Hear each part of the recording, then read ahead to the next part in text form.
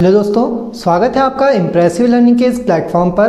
तो जैसा कि हम उत्तराखंड हिस्ट्री में चंद राजवंश को कवर कर रहे थे और साथ साथ हमने उसमें उद्योतचंद को कवर किया था। इसी उद्योतचंद के बाद जो अगला शासक बनता है चंद राजवंश का, वह होता है ज्ञानचंद द्वितीय। देखिए यहाँ पर उद्योतचंद का पुत्र का नाम था ज्ञानचंद और वही ज्ञानचंद द्वितीय चंद राजवंश का अगला शासक बनता है। इससे पूर्व भी हमने एक ज्ञानचंद पढ़ा था जो चंद राजवंश का शासक था, लेकिन उसका नाम यहाँ पर था गरुड़ ज्ञानचंद। लेकिन ये जो ज्ञानचंद है वो दूसरा ज्ञानचंद है जो उद्योतचंद के बाद चंद राजवंश का शासक बनता है। अब देखिए, जब ये ज्ञानचंद चंद राजवंश का शासक बनता है तो उस समय सन होता है 1698 ईस्वी में। ठीक है, तो 1698 ईस्वी में जब उद्योतचंद की मृत्यु हो जाती है तो उसी के पश्चात उद्योतचंद का पुत्र ज्ञानचंद चंद राजवंश का शासक बनता है और 1698 ईस्वी से 1708 ईस्वी तक यह शासन करता है। ठीक है, तो 1698 ईस्वी से 1708 ईस्वी तक जो चंद राजवंश का शासक रहा था वो ज्ञानचंद द्वितीय रहा था। अब यहाँ पर जब ज्ञानचंद द्वितीय चंद राजवंश का 1698 ईस्वी में शासक बनता है तो उसी के एक साल के पश्चात ये 1699 ईस्वी में गढ़वाल क्षेत्र पर आक्रमण करता है। तो सबसे पहला जो इसका आक्रमण होता है वो गढ़वाल क्षेत्र पर होता है। कब? 1699 ईस्वी में। और यही गढ़वाल क्षेत्र की पिंडर घाटी और बधानगढ़ पर यह सबसे पहला अपना आक्रमण कर देता है। ठीक है, तो जो सबसे पहला आक्रमण हुआ था ज्ञानचंद द्वितीय ने गढ़वाल क्षेत्र पर करा था 1699 ईस्वी में, पिंडर घाटी और बधानगढ़ क्षेत्र पर। अब यही पिंडर घाटी और बधानगढ़ क्षेत्र से ये सर्वप्रथम नंदा देवी की स्वर्ण प्रतिमा को लूटकर लाता है। ठीक है, स्वर्ण प्रतिमा को, नंदा देवी की जो स्वर्ण प्रतिमा थी पिंडर घाटी और बधानगढ़ क्षेत्र में, वहां से ये नंदा देवी की स्वर्ण प्रतिमा को लूटता है और उस स्वर्ण प्रतिमा को अल्मोड़ा क्षेत्र में लाता है। ठीक है, कहां लाता है? अल्मोड़ा क्षेत्र में नंदा देवी मंदिर में। ठीक है, जब ये नंदा देवी की स्वर्ण प्रतिमा को लूटकर अल्मोड़ा क्षेत्र में लाता है तो उसी के पश्चात ये अल्मोड़ा के नंदा देवी मंदिर में उस स्वर्ण प्रतिमा को स्थापित करता है। अब जब 1699 ईस्वी में इसने गढ़वाल क्षेत्र को लूटा तो उसी समय गढ़वाल का जो शासक हुआ करता था वो हुआ करता था फतेहपति शाह। ठीक है, तो इस समय गढ़वाल का जो शासक था, गढ़वाल में जो शासन कर रहा था वह था फतेहपति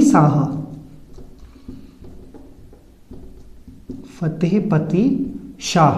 ठीक है, तो जब फतेहपति शाह को इस बात का पता चलता है कि 1699 ईस्वी में ज्ञानचंद द्वितीय ने चंद राजवंश के एक शासक ने नंदा देवी की स्वर्ण प्रतिमा को लूट कर ले गया, तो फतेहपति शाह 1701 ईस्वी में पाली क्षेत्र को लूटता है। ठीक है, पाली क्षेत्र को लूटता है, उस पर आक्रमण करता है। तो यहाँ पर देखिए, सर्वप्रथम गढ़वाल का चंद राजवंश का एक शासक पिंडर घाटी और बधानगढ़ क्षेत्र को लूटता है, यानी गढ़वाल पर आक्रमण करता है और गढ़वाल को लूटता है। ठीक उसी के बाद गढ़वाल का शासक फतेहपति शाह 1701 ईस्वी में पाली क्षेत्र पर आक्रमण करता है और पाली क्षेत्र को लूटता है। इसी के पश्चात जो ज्ञानचंद होता है वो अपना डोटी अभियान करता है। ठीक है, तो ज्ञानचंद का डोटी अभियान, देखिए डोटी जो क्षेत्र था वो नेपाल को कहा जाता था। तो सर्वप्रथम जब ज्ञानचंद द्वितीय ने 1699 ईस्वी में गढ़वाल क्षेत्र को लूटा। उसी के पश्चात इसने अपना डोटी अभियान करा और यह जो डोटी अभियान था ये 1704 ईस्वी में करा गया था। अब जब डोटी अभियान जो था, डोटी अभियान में इसने नेपाल के शासक, नेपाल के राजा को पराजित करा था। देखिए यहाँ पर ज्ञानचंद द्वितीय के बीच और नेपाल के शासक के बीच एक युद्ध होता है और यह जो युद्ध था वो लड़ा गया था कुमाऊं के तराई क्षेत्र पर। ठीक है, कुमाऊं के तराई क्षेत्र पर युद्ध होता है नेपाल के शासक और ज्ञानचंद द्वितीय के बीच। ज्ञानचंद द्वितीय और नेपाल के शासक के बीच एक युद्ध होता है और ये जो युद्ध हुआ था वो कुमाऊं के तराई क्षेत्र में हुआ था। और इसी समय कुमाऊं का जो तराई क्षेत्र था वो मलेरिया से ग्रस्त था। ठीक है, मलेरिया से ग्रस्त था, मलेरिया का प्रकोप चल रहा था ठीक उसी समय जिस समय डोटी अभियान करा गया ज्ञानचंद के द्वारा। अब देखिए यहाँ पर नेपाल के शासक और ज्ञानचंद के बीच एक युद्ध होता है और इस युद्ध में ज्ञानचंद द्वितीय विजय हो जाता है और साथ साथ जो नेपाल का डोटी शासक होता है वो कुमाऊं के तराई क्षेत्र को छोड़कर अपने नेपाल क्षेत्र में चला जाता है, नेपाल क्षेत्र में भाग जाता है। देखिए ज्ञानचंद जो था, ज्ञानचंद एक ऐसा शासक था जो युद्ध लूटपाट के उद्देश्य से किया करता था। तो इसके युद्धों का मुख्य उद्देश्य जो था, जो इसके युद्ध होते थे उसका मुख्य उद्देश्य जो हुआ करता था वो लूटपाट हुआ करता था। ठीक है, जिस कारण इसने 1703 ईस्वी में श्रीनगर पर आक्रमण किया, 1704 ईस्वी में इसने नेपाल यानी कि डोटी पर आक्रमण किया और 1705 ईस्वी में इसने चांदपुरगढ़ पर आक्रमण करा जिसे चमोली भी कहा जाता है। तो 1703 आक्रमण, इसके जो मुख्य आक्रमण थे वो 3 थे, जिसमें सबसे पहला जो आक्रमण था वो 1703 श्रीनगर का आक्रमण था। 1704 ईस्वी में इसने नेपाल डोटी क्षेत्र पर आक्रमण किया और 1705 ईस्वी में जो आक्रमण हुआ वो चमोली क्षेत्र पर हुआ जिसे चांदपुरगढ़ कहा जाता था। इसी के पश्चात 1704 से 1705 ईस्वी के मध्य इसने बैजनाथ मंदिर का जीर्णोद्धार कराया। तो 1704 ईस्वी से 1705 ईस्वी के मध्य इसने मंदिर का जीर्णोद्धार कराया। कौन से मंदिर का? बैजनाथ मंदिर का। ठीक है, बैजनाथ मंदिर का जीर्णोद्धार कराया और साथ साथ पिथौरागढ़ में इसने 4 मंदिरों का निर्माण करा। तो पिथौरागढ़ में इसने 4 मंदिरों का निर्माण कराया जिसमें नकुलेश्वर मंदिर,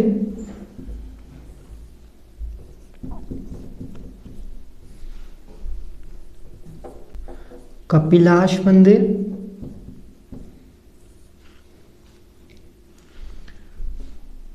मसौली और कासनी मंदिर प्रमुख थे।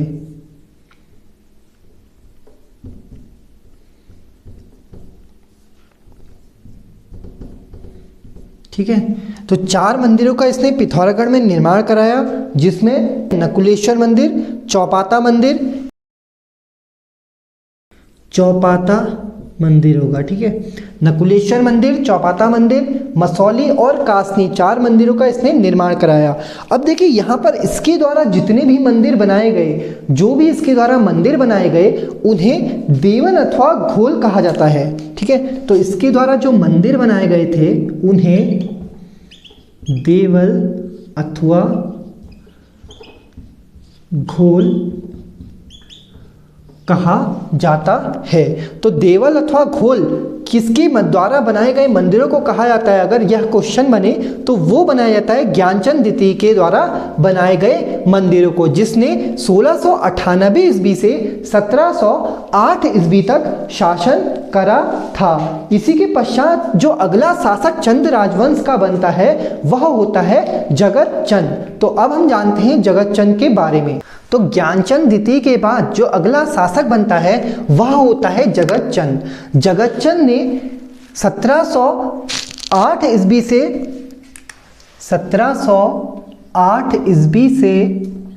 1720 ईस्वी तक शासन करा, यानी कि 12 वर्षों का जो शासनकाल रहा था वो जगतचंद का रहा था। ठीक है, 12 वर्षों का जो शासनकाल रहा वो जगतचंद का रहा था। अब देखिए जगतचंद के शासनकाल को, जिस समय जगतचंद शासन कर रहा था उस शासनकाल को, उस समयकाल को कुमाऊं का स्वर्णकाल कहा जाता है। तो जगतचंद के ही शासनकाल को कुमाऊं का स्वर्णकाल कहा जाता है। ठीक है, कुमाऊं का स्वर्णकाल कहा जाता है। देखिए जिस समय जगतचंद शासन कर रहा था, जगतचंद शासक बना चंद राजवंश का, उस समय चंद राजवंश का जितना भी राजकोष था, जो वहां सोना चांदी थे, वो अत्यधिक मात्रा में उपलब्ध थे। ठीक है, अत्यधिक मात्रा में थे, जिस कारण इतिहासकारों ने कुमाऊं का स्वर्णकाल जगतचंद के काल को कहा, यानी कि जगतचंद के शासनकाल को कुमाऊं का स्वर्णकाल कहा गया। अपने शासनकाल के दौरान जब ये शासक बनता है तो उसी के ठीक एक साल पश्चात 1709 ईस्वी में ये गढ़वाल क्षेत्र पर आक्रमण करता है। ठीक है, तो सबसे पहले 1709 ईस्वी में इसका जो पहला आक्रमण हुआ था वो गढ़वाल क्षेत्र पर हुआ था, और उस समय गढ़वाल का जो शासक हुआ करता था वो हुआ करता था फतेहपति शाह। ठीक है, तो सर्वप्रथम इसने इस फतेहपति शाह को पराजित करा और गढ़वाल क्षेत्र को विजय करा था। इसी के पश्चात 1715 ईस्वी में इसने पुनः गढ़वाल की राजधानी श्रीनगर पर आक्रमण करा।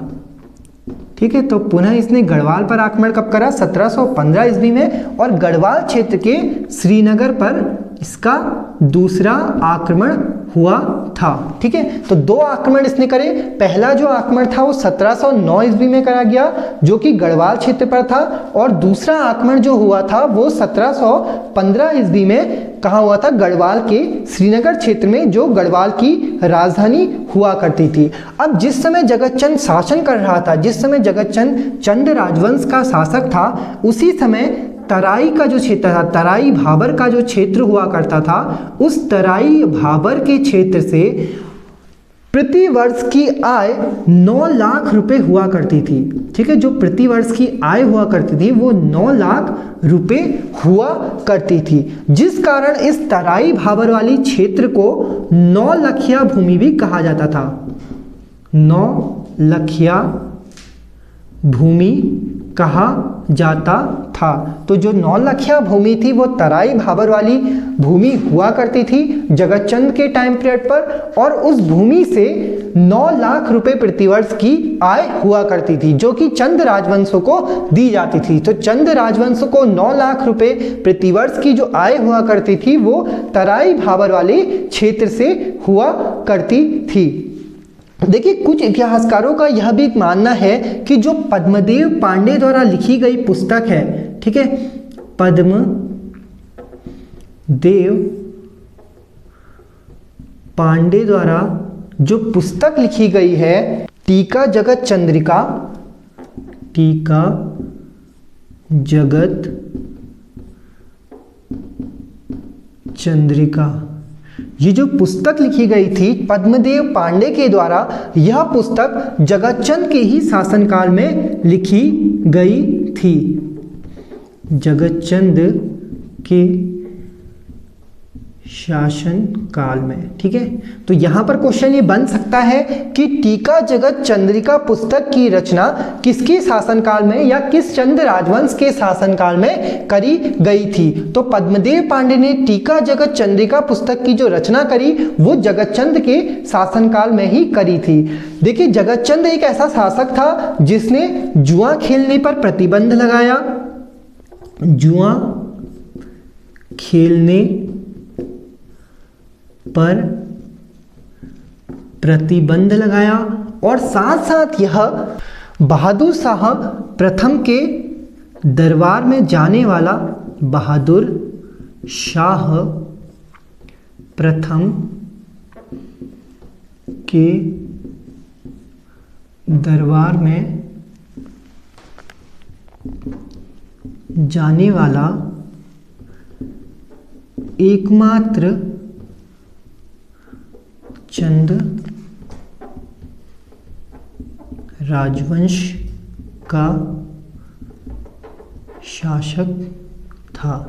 ठीक है, तो बहादुर शाह प्रथम के दरबार में चंद राजवंश गया था, या चंद राजवंश के दरबार में जो बहादुर शाह प्रथम था वो चंद राजवंश के जगत चंद के समकालीन रहा था। और साथ साथ इसको एक और नाम से जाना जाता है गौ सहस्त्र दानु। ठीक है, गौ सहस्त्र दानु नाम से भी इसे जाना जाता है, क्योंकि देखिए इसने 1000 गायों का दान करा था। 1000 गायों का दान करने के कारण इसे गौ सहस्त्र दानु कहा जाता है। सन 1720 ईस्वी में चेचक के कारण जगतचंद की मृत्यु हो जाती है।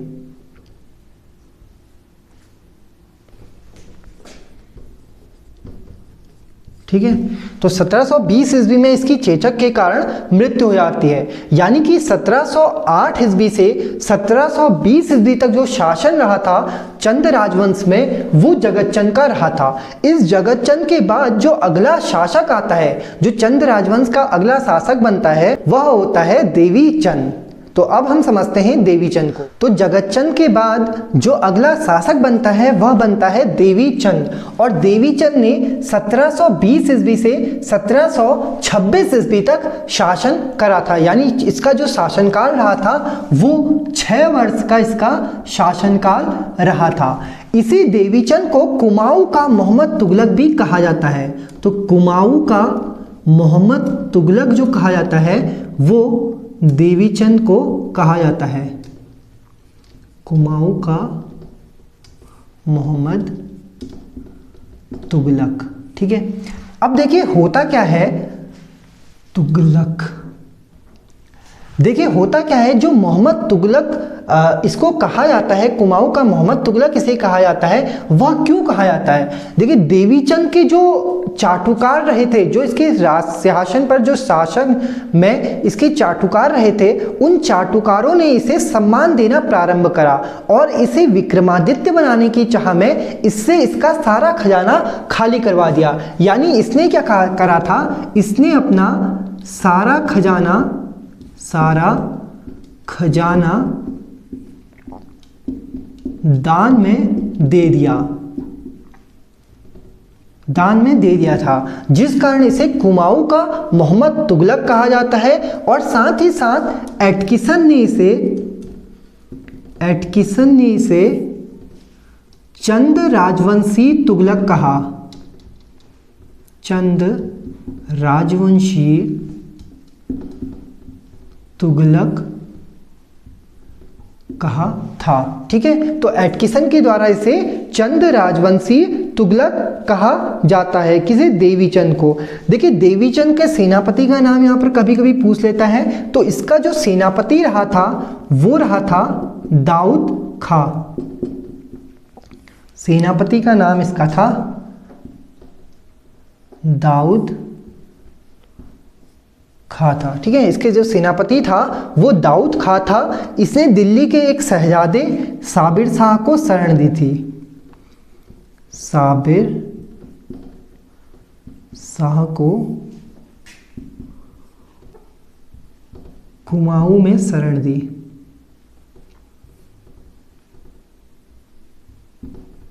ठीक है, तो दिल्ली का एक सुल्तान था, एक शहजादा था जिसे देवीचंद ने शरण दी थी कुमाऊं क्षेत्र में। इसके पश्चात 1726 ईस्वी में इसकी मृत्यु पूरनमल बिष्ट और मणिक बिष्ट द्वारा कर दी गई। ठीक है, तो इसकी जो मृत्यु थी वो पूरनमल बिष्ट के द्वारा और मणिक बिष्ट के द्वारा 1726 ईस्वी में कर दी गई थी।